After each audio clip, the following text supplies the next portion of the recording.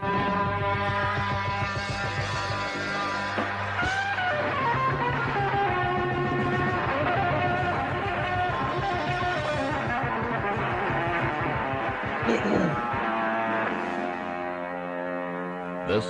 is Dialogue.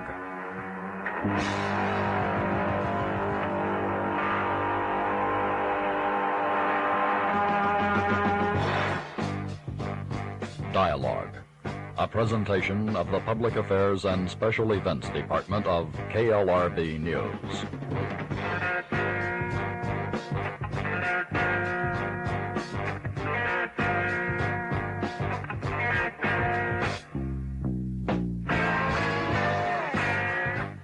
This is Dialogue Assassination with research specialist May Brussel. May, I know you've got enough material here for a 5-hour program today, and we'll try to get into it as quickly as possible, but... All right, we have enough material for a 5-hour program, too. Just listen to May's 3 hours on the propaganda Due scandal in Italy, and we're going to jump into it. But first, I want to just read out May's quote. "There is no safety in silence. You people that sit there and don't speak up or shout, I'll shout until I die. When I saw those people and they knew they died, I'd rather live 1 hour the way I'm living than to sit there like a zombie and let it happen and not speak up." And that's why we're here today. So that is why we're here today. We're looking at episodes 495, 496, and 497 from May and June of 1981. World Watchers International was a show at that point that May was doing. And title of this one is Fraudisimo. And I'm going to read just a little bit about the intro to give you guys a little context. And this is from May 31, 1981, the same day that she published, and from the New York Times, the Italian government toppled by scandal. So it reads, "Even in a country where scandal sometimes seems to approach an art form, the drama that brought down Italy's government last week was epic. And it started with Propaganda Due, a shadowy Masonic lodge headed by Licio Gelli, a fugitive businessman and loyal Mussolini fascist who allegedly combined underworld ties with dreams of a right-wing coup. His lodge membership list encoiled 3 cabinet ministers, 30 generals, 8 admirals, 43 members of parliament, and hundreds of other prominent Italians, some also suspected of illicit activities." So this is a pretty light article, not a whole lot of detail, but you can see that we're framing up a pretty big scandal here. And he says that investigating magistrates who found the secret list in Arezzo, Mr. Gelli's home base, said he had created a state within a state using blackmail. So remember that term, state within a state, favors, promises of advancement with the intention of destroying the constitutional order. So they had their own deep state in Italy in the 80s. Yeah, and along the way, the magistrate said Mr. Gelli helped lodge brother Michael Sindona, now serving 25 years in prison for his role in the 1979 bankruptcy of the Franklin National Bank in New York, hideout with mafioso in Sicily, hiding out with his own kind. From lockup, Sindona died. Mr. Gelli's involvement in my disappearance. Another banker, Roberto Calvi, president of Milan's Banco Ambrosiano, went on trial last week with P2 associates on charges of illegally moving capital out of Italy. So there were 953 alleged lodge members, and they denied knowing Mr. Gelli's intentions, and some said they weren't even members, but those denials were undercut by the records of 500 persons who paid dues. So the government resignations began, and the prime minister, other ministers, socialists backed away from the prime minister, Forlani's coalition, forcing his resignation. And then there were 3 heads of intelligence services. The admiral, who presides over the armed force chiefs, was suspended, along with the finance guard that watches the borders. Parliament reopened a probe of $2 billion in petroleum tax kickbacks that had been sent a former finance guard commander and lodge member to jail. So getting an idea of the big picture, like the big frame of this story, and New York Times doesn't give you a whole lot of detail, but May sure does give you some detail. And this is from the LA Times. a little bit earlier when the scandal broke, they say that Italian cabinet appears to be reshuffling and the government could fall in the wake of revelations of several prominent politicians belonging to the secret Masonic Lodge, paramilitary sources said Friday.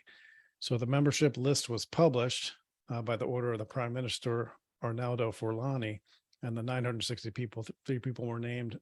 Yes, as the New York Times mentioned. So this is the LA Times, and that included Michelle Sindona and Roberto Calvi and Paolo Bonomi, two Milan financiers arrested this week for fraud. All members swore loyalty to Licio Gelli, a lodge's grand master who fled abroad during investigations into allegations he was involved in a gasoline fraud scandal last year that is said to have cost the government up to $2 billion.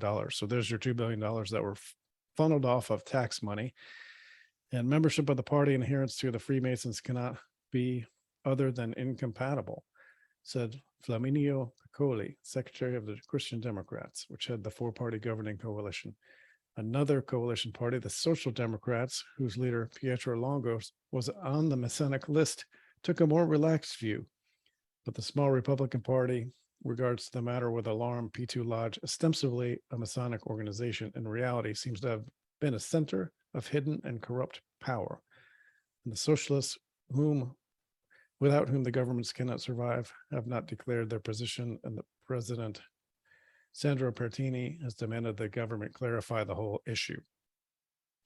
So there was a lot going on and a lot of people involved, and May's going to jump into it. But this is a really interesting time frame too, because as May says, during this time there was assassination attempts on John Paul II.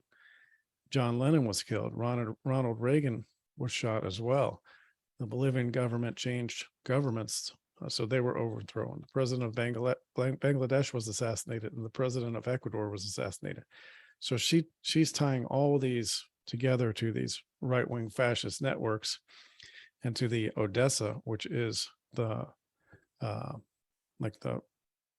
remainder of the Nazis' global organization.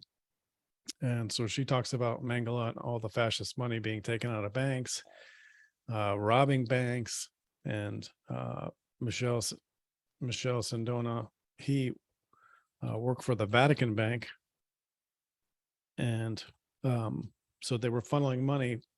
They had their tax-free status at the Vatican Bank, and they took $45 million out of the Franklin National Bank, causing it to fail. So Sindona had that money inside of Italy, and he had allegiance to the P2 Lodge. There's also activity associated with the Nugan Hand Bank in Southeast. Well, that was in Australia, but that was related to the heroin money coming out of Vietnam. And then some of that money was coming into Italy, and they had links to the Vatican and the Christian Democrats. She names a bunch of banks where all these missing millions came through, and that the intelligence agencies just chalked it up to a bank loss. So it's kind of like Donald Rumsfeld's the day before, September 10th, 2001, saying, "Oh, we're just missing a few trillions from the Pentagon. We can't account for it." It got distributed somewhere. So yeah, then there's May goes on to talk about Paul Marcinkus. Now, he was from Cicero, Illinois, which was kind of the hotbed of the Italian mob in the United States. And he worked for the Pope over there, and he was questioned by the Vatican, by the United States federal prosecutor, head of organized crime and racketeering section, about his involvement in the delivery of $14 million worth of counterfeit bonds to the Vatican in July of 1971. Part of a total request of $950 million stated in a letter on Vatican letterhead. His name had arisen. The letter had come to light during the investigation of international gangster, eventually served 12 years in prison. So a shady banker who was connected at the highest levels to the Pope. And in 1982, he was implicated in the Propaganda Due scam, and particularly the Banco Ambrosiano, which Roberto Calvi worked for, and the P2 was involved, and he had been the director of Ambrosiano overseas, based in Nassau, Bahamas. So a nice gig if you can get it, and had been involved with Roberto Calvi for a number of years. He worked with Michelle Sindona, who had links to the mafia, putting it lightly. And so after the body of Calvi, whose bank Ambrosiano had dealt with, Marcinkus, was found hanging under the London Bridge, Blackfriars Bridge, in 1982. Marcinkus himself was never charged with a crime. So he was connected to people who were getting whacked. He was connected at the highest level, and he stepped aside as the head of the Vatican Bank soon after that, 1982, and they eventually paid 145, I don't know, that looks like lira million settlement with the creditors, with Marcinkus observing in 1986, you can't run a church on Hail Marys.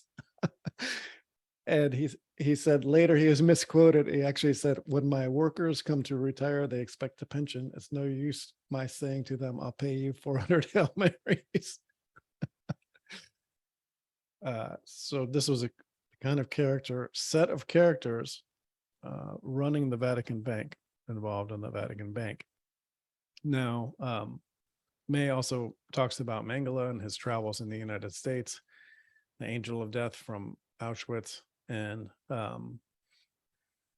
she says that he was involved in getting some of the drugs that were sent down from New Jersey to Jonestown. And Merck is in New Jersey. I don't know what other big drug companies are in New Jersey, but I think Merck might have actually been part of IG Farben back in the day. So part of the international Bormann money that was distributed and out after World War II. So they had enough drugs in Jonestown to drug like 30,000 people for a year or something like that. And they only had about 1,000 people down there, and they were running experiments. And we did a segment on Jonestown. I'm learning more and more about Jonestown and the aftermath and where it went from there. And I'm looking for some ties to Mr. Fauci related to that right now. So this P2 was the core secret team in Italy, and they had alliances and allegiances to the fascists in Argentina, and they were associated with the Odessa Org. So the Odessa Org was the organization to distribute Nazis and the Nazi money and power across the globe after World War II, and the Vatican was heavily involved in that. And Michelle Sindona, he was associated with the banks in Italy, the Franklin National Bank in New York that went over under American corporations, the Gambino crime family, the Vatican, and they were siphoning money off via the P2 Lodge members to this international fascist organization, and the $2 billion of tax money May claims went down to Italy to the P2, and American oil money was also siphoned. And the head of this was this guy Licio Gelli, and New York Times said he constructed a state within the state, and May says a very real state within a state, and that's exactly what Alan Dulles did in planning the assassination of John Kennedy. So those are the same people who are running Biden right now, the state within a state. He doesn't make any decisions. There's a state within a state that makes those decisions for him. And this Licio Gelli is an interesting character. And he was an Italian financier, a fascist youth volunteer, chiefly known as his role in the Banco Ambrosiano scandal. And he was revealed in 1901 as being the venerable master of the clandestine propaganda due P2 Lodge.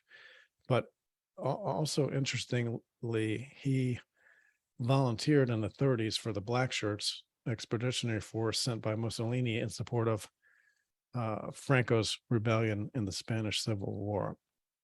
So he was fascist back in the day, in the early 30s, and he served as a liaison officer between the Italian government and Nazi Germany. He participated in the Italian Social Republic with Giorgio Almirante, founder of the neo-fascist Italian social movement. So he was deep in, head of the P2 Lodge with 950 members, at least 500 paying dues, and was kind of the kingpin of this org.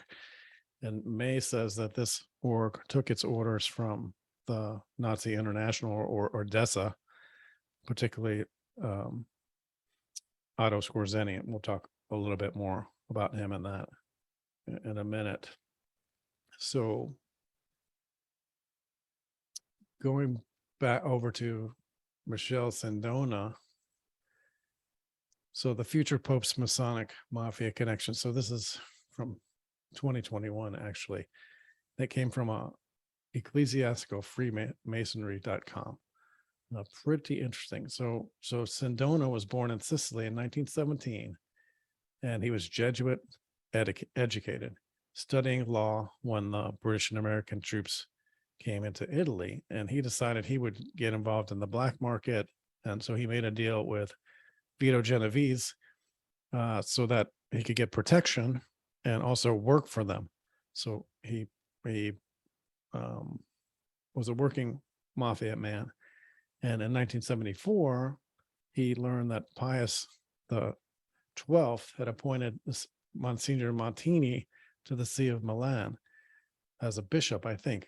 He secured a letter of induction, to the new archbishop, the Archbishop of Messina, because he knew him from his time in southern Italy. Then Sindona had a client in Montini and the Milanese church. So Montini was grateful to Sindona, and he took Sindona, the Sicilian, to Rome, introduced him around to the Pope, to the Prince, and the people at the Institute for Religious Works, which was the Vatican Bank. So Michelle Sindona, the mobster, is working for the Vatican Bank, and it's a depository for the church's patrimony earmarked for charitable works. And he became a man of confidence and was given virtually full control over their foreign investment program. What could go wrong? So they had $1 billion in assets. They had tax-free status. They had a lot of opportunity for cleaning up mafia, heroin trade money, prostitution, political contributions from underground sources, including the P2 of Freemasons. And then in 1960, he formed his own bank, and he kind of used these financial investments to start to launder funds through the Vatican Bank. And then after the election of Pope Paul VI, so that's Montini, so that's the guy from his local hometown who brought him to Rome, is now the Pope Paul VI. And he promoted him even higher within the Vatican Bank, and his portfolio grew. He had clients all over the world, many of the rich and famous around Rome. They used the firm to shield their fortunes. He kept a secret ledger of the client's transactions as insurance for a rainy day. Well, that kind of reminds me of some people today who might be keeping secret ledgers and black books and those things not seeing the light of day. So all these, the Pope and the Vatican, and the names and numbers of these people were in the book. And so that eventually became a problem. And he was already facing prison terms in the United States, and Milan had sentenced him to life in prison for paying a commission. So hiring a hitman to kill Giorgio Ambrosili. And they had a long investigation into his affairs and uncovered evidence of widespread fraud. So they found a lot of this information. And Sindona said he was innocent, but they presented the confession of the hitman, William Arrico, an American. And after telling the prosecutors about the murder contract, Mr. Arrico died, and an apparent attempt escaped from the New York jail. Circumstances of his death are still being investigated. And I believe that these guys were in the Metropolitan Correctional Facility where Mr. Epstein didn't kill himself.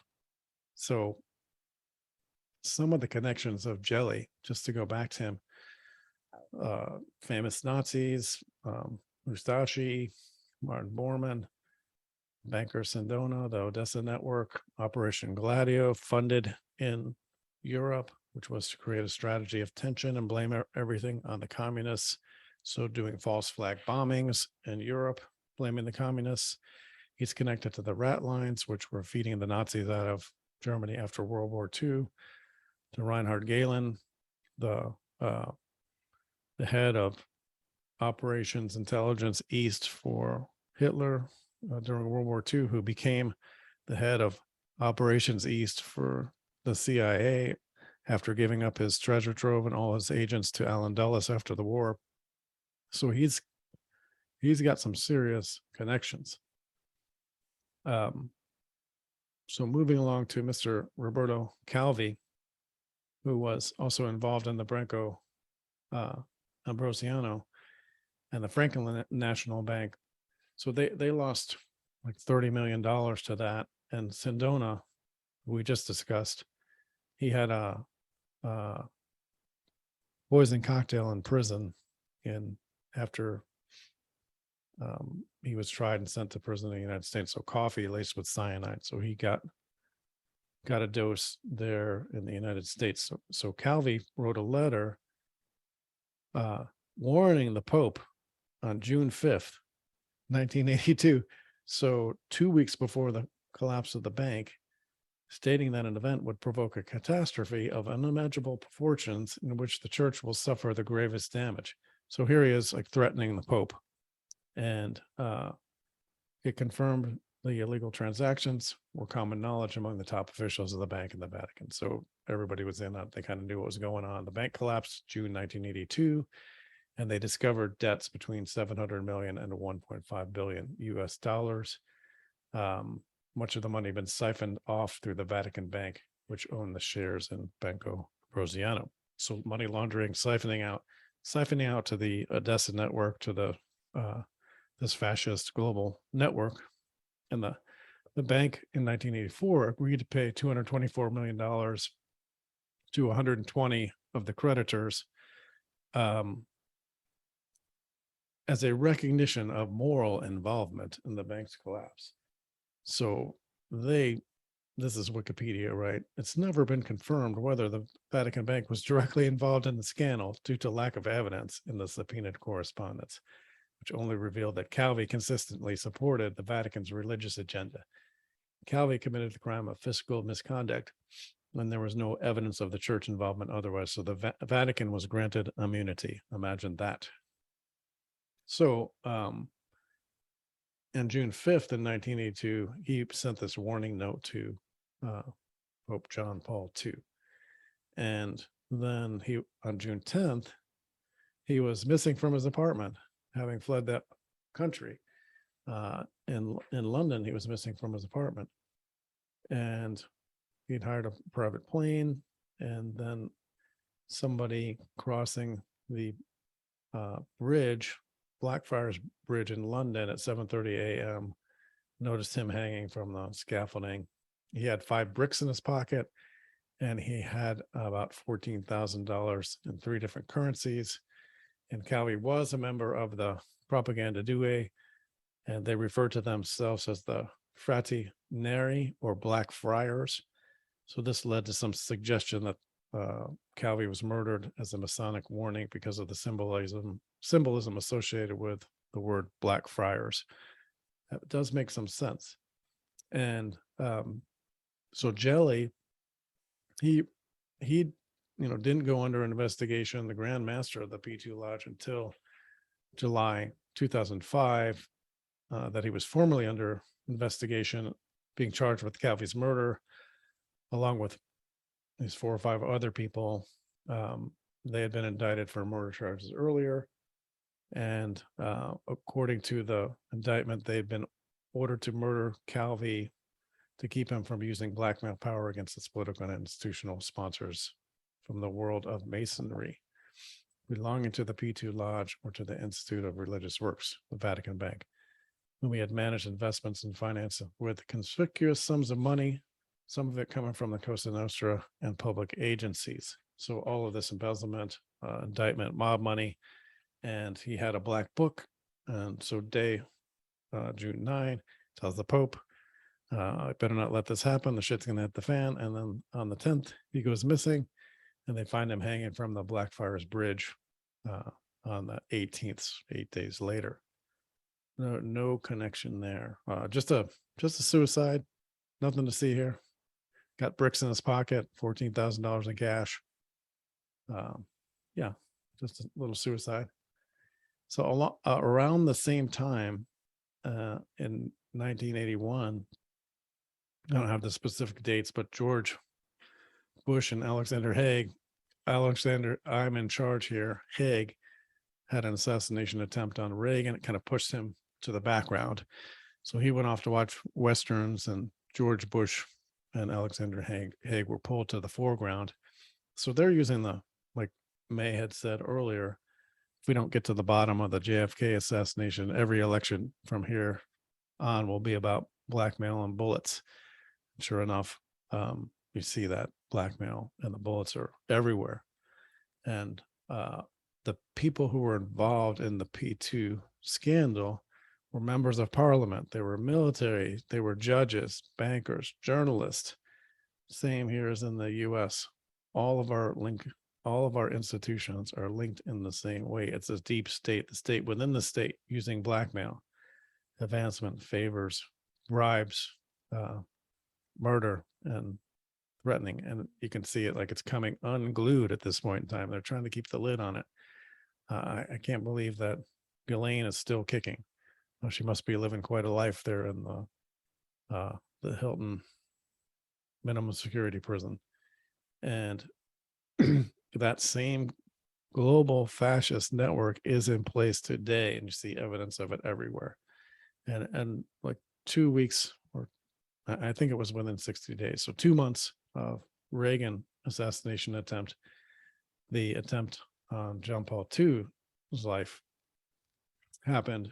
I think that was in Vatican Square, by this Turkish assassin, Mehmet Aga. And then he was released from prison in Turkey with money to tide him over after he served it. Might have been like 10 years or so. So May says that these people, like the Fords and the Nixons, they have allegiance to this same hidden government or fascist organization in Argentina that the Italian government has been exposed to now.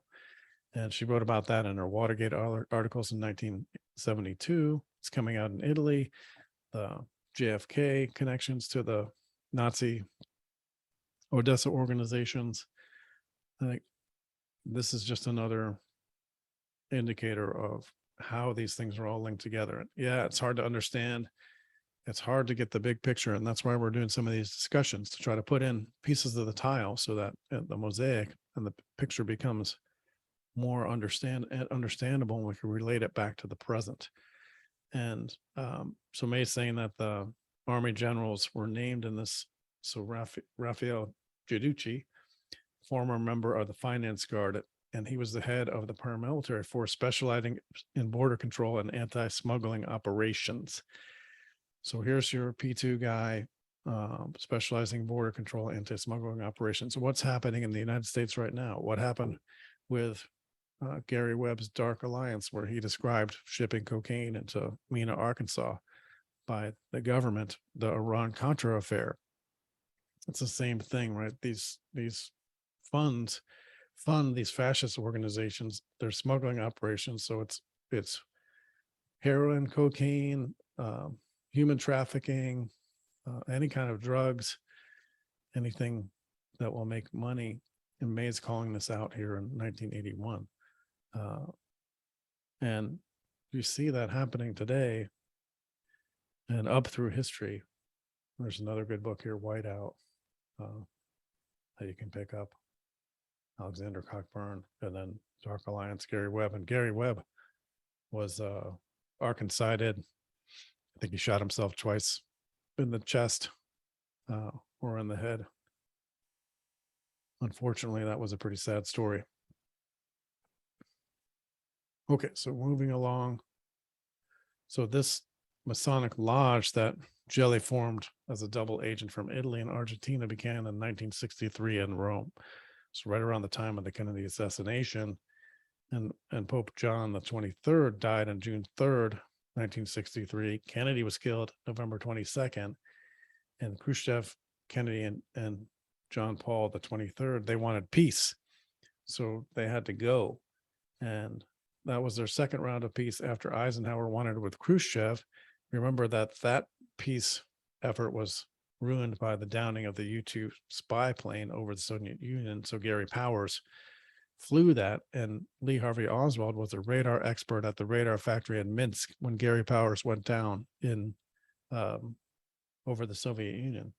So after that incident, no word of peace was heard again until JFK and Khrushchev and Pope John the 23rd wanted to revive that, and they only had that one try. Allen Dulles then and his brother John Foster made sure that they didn't have peace again. So that's the military industrial complex, the CIA, OSS, the MIC, putting an end to peace efforts between the United States and the Soviet Union because war is so profitable.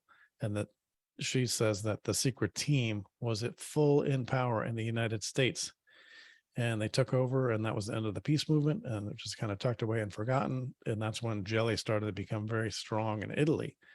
And she mentioned this book, Treason for My Daily Bread, which described links of Nazis from Argentina and Chile linked to Clay Shaw, who was in the OSS with Allen Dulles, and then the CIA directly linked to Rome. And she then talks about other like connections to the fascists in Argentina and Chile, saying that they're all getting ready for World War III, and they're kind of gearing up, and very profitable. And she's saying this propaganda Due Lodge was formed just as the fangs of fascism came into this country. The president was dead, and the peace-loving Pope was dead in Italy. And Jelly had elaborate files for blackmail, just like Jeffrey Epstein and J. Edgar Hoover and LBJ. And these people had elaborate files. And I'm imagining that his house in Italy was much like Epstein's house in New York City with all the cameras and blackmail opportunities.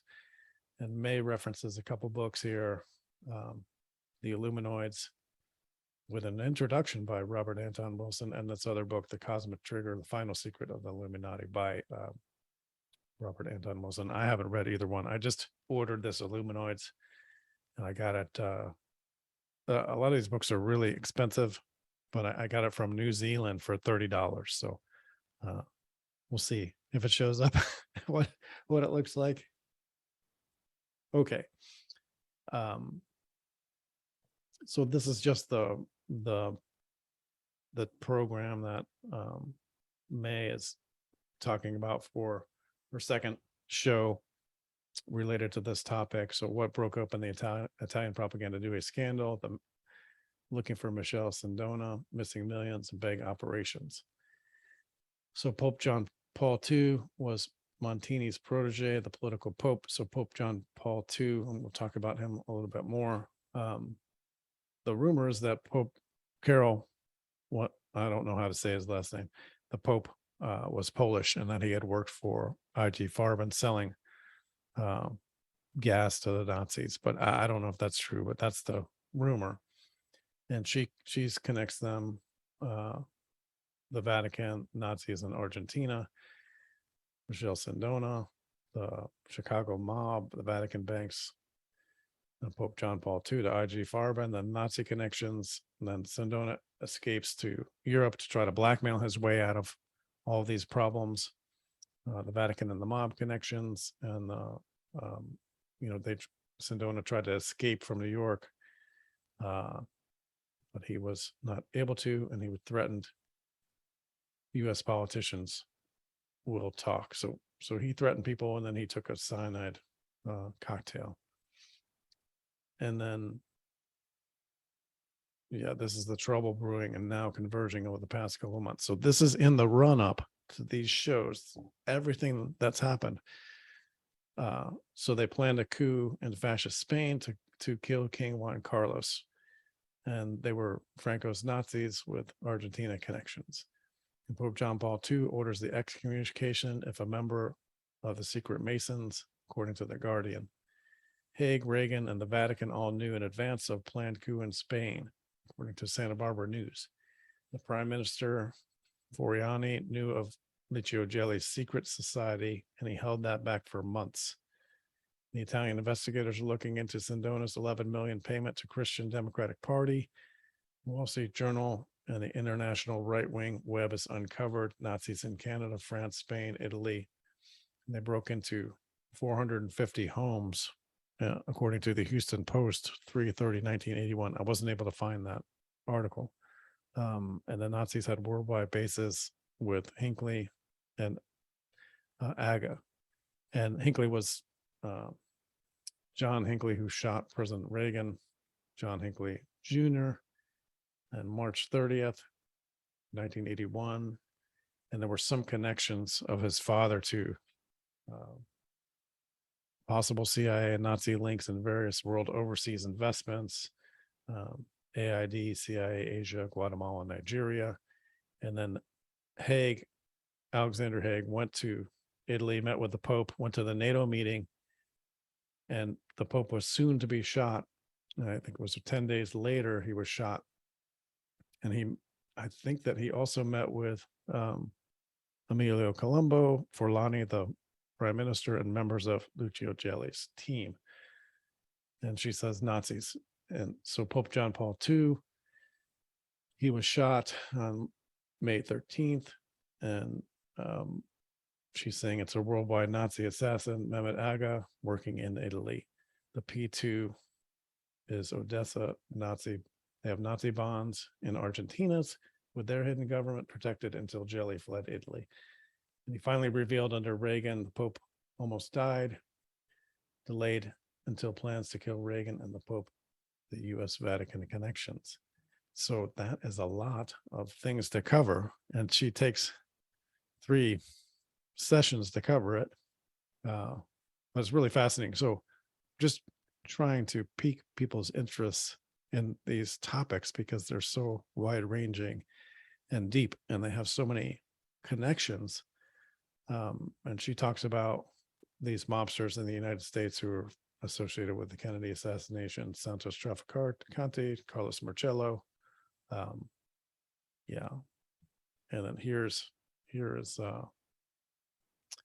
Reagan just before he's shot by John Hinckley Jr. And she's saying that he's far right. And I think there was something about the Bush family and John Hinckley Sr. having dinner the night before, like somebody in the Bush family, much like the Bush family was connected to like security in 9/11 in the World Trade Centers. And he was shot like a few weeks after the scandal broke. Haig went to Italy. Remember Haig, I'm in charge here, Secretary of State. They took 4 shots at the Pope. They got him once, and they exposed the scandal on May 24th. So I guess that's like 2 weeks after the Pope was shot. And they said May said it was possible that Aga had been talking about the network. So that's why the scandal broke. Now, a little bit more on Gelli, who's a dual citizen of Italy and Argentina. He had ties to the Odessa network, which is really the Bormann network, the flight capital of Nazi money that was set into international corporations so that they keep the Nazi ideals running after World War II. And the Pope and Reagan were shot within 60 days. It was a message to them to shut up and get onto the background, get out of the way. And this Montini had put Mussolini's money into the U.S. via Paul Marcinkus from Chicago, Cicero, Illinois, the home of the mob. And he was known as the Milan Mafia, this Montini, Pope John Paul VI, I think it was, through the Gulf and Western Corporation. And they had a secret government in the Vatican that connects to the shooting of Reagan and the Pope. And Reagan was an outsider.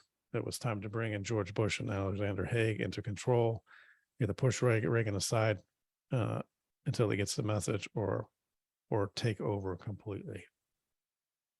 This is a good book. This is Not Martin Bormann, Nazi in Exile by Paul Manning. Lots of detail in there about the flight capital from Nazi Germany. And just a little bit, this is still going on, right? This is from July 3rd, 2021. Vatican indicts 10 people, including Cardinal, over an international financial scandal. So this stuff just keeps going.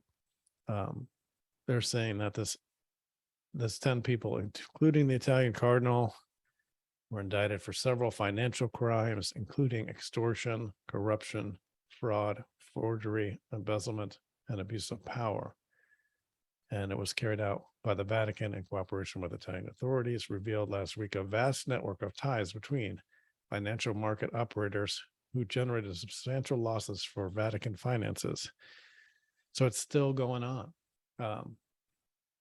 This Nugan Hand Bank, we can probably get, that deserves its own hour or two. That was out of Australia, laundering CIA money, and it had connections to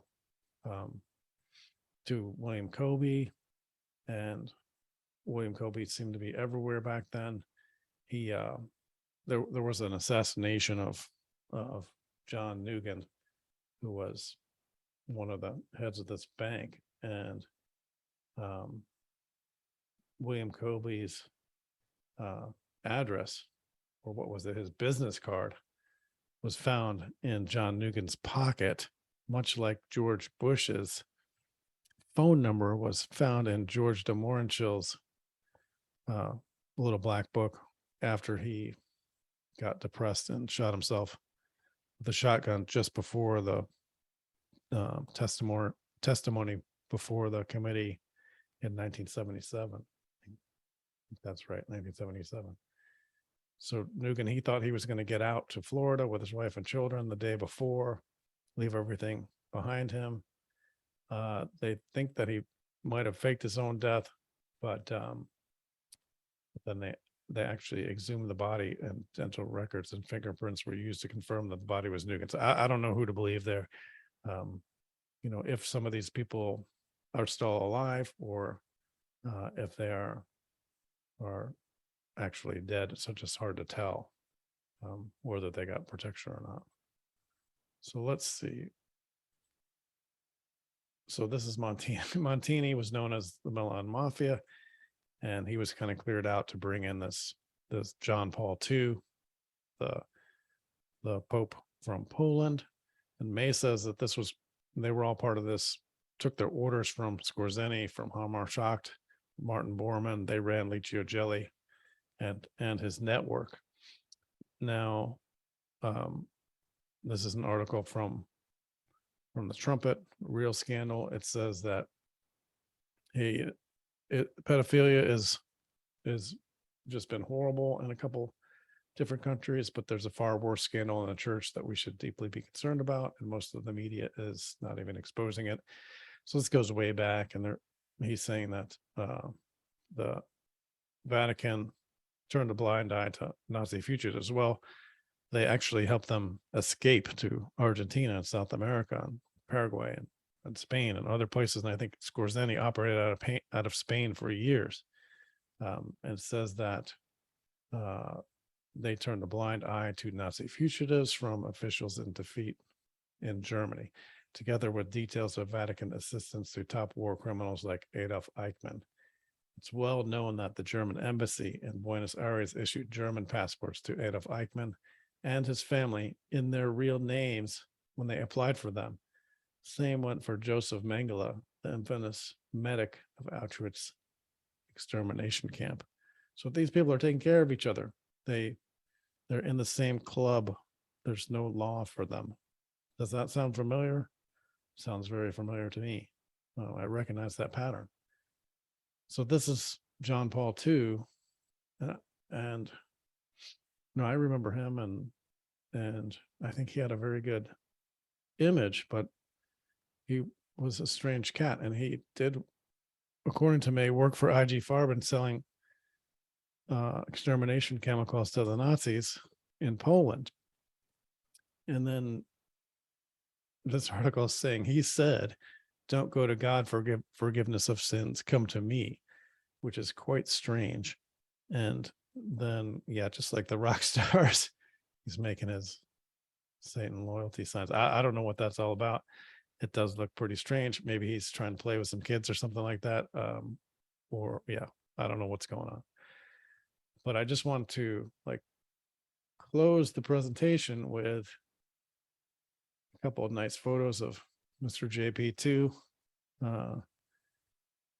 just giving his blessings to some nice people from America.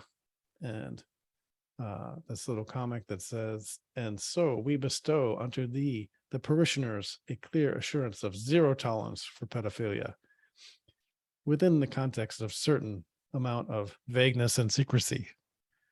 Mixed blessing," as the audience says. And the quote down here says, "That's not a response printed in your program." In the Catholic Church, they do like a call and response. So,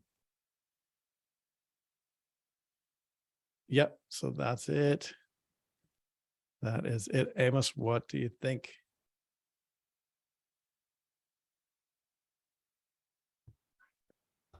So, wow, man, that's a lot. It's a lot, right? It really is. It's amazing. And like you say, there's so many ties in the way that the world is run today. The world, it's run like the mob, and it just keeps on going. And it's, the more you listen to this and you look at this stuff, you really see that Now that we're broadcasting it. Yeah, you do whatever, see. yeah, whatever's behind the killings and the Nazis, and that it's still with us. I think it's like the legacy that we don't, the history and the legacy that nobody's aware of, and then we make assumptions. We make assumptions about human nature that because, okay, we're all flawed human beings, and we have, our warts and everything, but in general, people are generally good, and people generally have a moral framework. And if we look at it that from that standpoint, it makes it very difficult to understand the depths of this type of evil activity. Yeah, it really does. Yeah, I mean, it's just it's very, I don't know what it is about you and I and a lot of people that we know that are able to kind of grasp this, that the idea that this actually is that evil is real, and but because there's so many people that you and I know, and you just look around us, and everything that's been going down with the COVID thing, with everybody just sort of going along with it, and they don't see the dark side of this, and yeah, it's really heavy.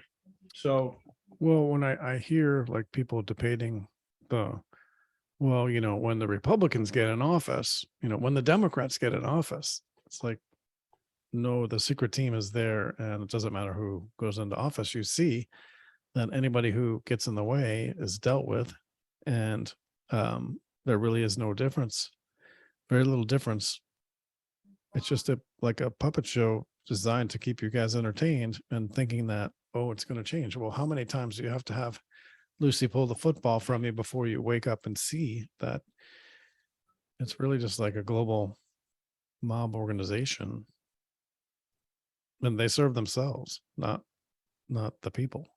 yeah, they really do. I mean, you look at Trump and his vaccine czar or whatever, who was a CEO of what was it, Gilead, I think. Yeah. which is the same place that Rumsfeld, he also ran that. Oh, yeah. Right.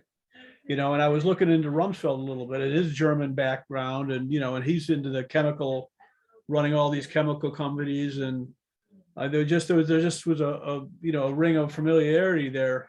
So he may have been the beneficiary of some of this IG Farben flight capital from the Borman network. Could be. I didn't realize he died about a year ago. Yeah. Yep.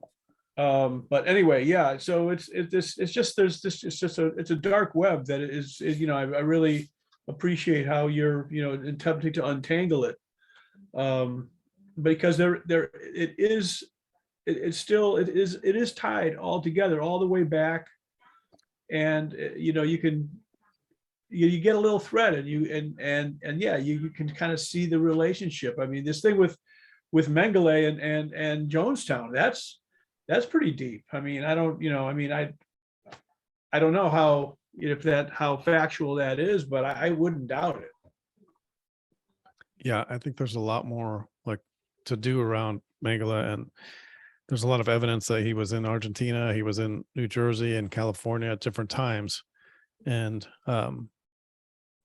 I actually have a book that I'm carrying around that I need to get to around Mengele, just trying to connect the dots. And yeah, there's so much going on there with that Nazi network, and it's all like shut down, but so many people benefited from it and continued to benefit from it that they wouldn't want to begin to even have some of those conversations about what's going on out there. And the fact that you have the politicians, the judges, the media, the bankers, like all in this fraternity of corruption. And one thing that one of the articles said was that, well, it kind of makes sense now why the churches, they just moved the pedophiles from place to place and they never punish them, because that's part of the code is, you take care of the people who were in the brotherhood with you, which is Right. kind of sick and disgusting at the same time. But I mean, it's basic mob omerta type thinking. I mean, it's when you look at it, and it's crazy, the ties of the mob and the Pope. I mean, it makes perfect sense, but you don't as a I mean, I spent a little time in Catholic Church too, and it would have never occurred to me that that kind of thing was going on. No, I think there's a lot to investigate there, and there's a lot to investigate on this biomedical side and the connections to IG Farben and these companies that existed back then. They still exist today. You can trace them back. You can trace the people. It's there. You just have to go find it. And I'm really excited about Whitney Webb's new book that's coming out. It was supposed to be out in September. That kind of traces the Epstein network, because this Epstein network is tied in to this global fascist network, and it's not. He's not unique, right? There's probably like 100 or plus other Epstein types people out there doing business, just like Jelly was doing business, forming up blackmail networks and trapping people and using his influence throughout politics, banking, the law, and media, all the institutions. So yeah, it's tough to walk away from a couple hours of Mae Brussel with a real positive outlook on the institutions. Yeah. Yeah, no, you definitely don't walk away with a positive perspective of the institutions, but she really does a great job of. I mean, I'm just stunned sometimes with the kind of research she's able to put together back then, and that was pre-internet. Yeah. I mean, she really was incredible. Well, she developed her own like intelligence network, as well as reading 8 papers every day, magazine articles and books, and just began to put the pieces of the puzzle together. And I think that fundamental research around the Warren report and the evidence cross-referencing the 26 volumes was critical to her understanding of the world and was served as the basis for the rest of her research for the rest of her life. Yeah. That's a project. 8 years she spent doing that. And yeah, I've thought about like trying to take that on. But I'm not sure that that's where I want to spend the 8 years of my time.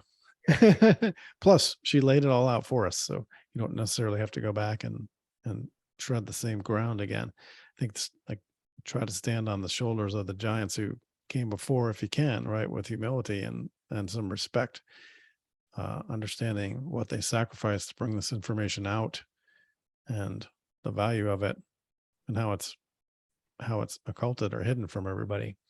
And the other thing is kind of like being patient, more sensitive to the fact that not everybody can absorb this information and change their worldview in an hour or in one conversation.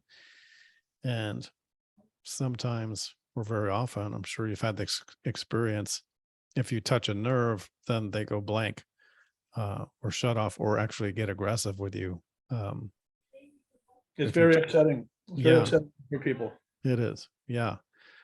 So how to like give people an understanding of this framework of control and this type of global fascist network that you see. I think it's run by Klaus now. And that they just, yeah, I think it's the young global leaders and that the World Economic Forum is running this stuff, but you can see it in the European Union. Yeah.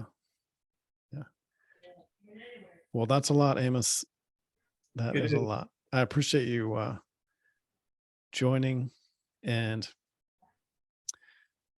really getting a lot of value out of this. We'll have to pick a topic for next time. Yeah, we'll talk about it. Yep. Well, thanks everybody for joining, and we'll signing off.